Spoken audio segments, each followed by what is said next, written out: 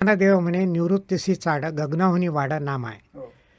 तर अर्थ काय आहे की गगन जसं विशाल आहे, अनंत आहे, तसं नामाचं सामर्थ्य अपार आहे. तर तुम्ही जर नाम केलं तर तुम्हाला त्या नाम सामर्थ्याचा प्रत्यय येईल. आणि ज्ञानेश्वर माऊली देखील स्वतः नाम घेते असं हरिपाठात अनेक अभंगात सांगितलं. आणि पहिल्या अभंगातही म्हटलंय, देवाचे द्वारी उभा क्षण भरी तेने मुक्तिचारी साधी येल्या. त्याच्यातही देवाच्या द्वारी उभा राहण्याची शक्ती नामच देते. एकनाथ महाराज म्हणतात की नाम ब्रह्म येणे पुरती सकल काम, संसाराचा श्रम उरो नेदी रे. याचा अर्थ असा आहे की नाम हे ब्रह्म आहे.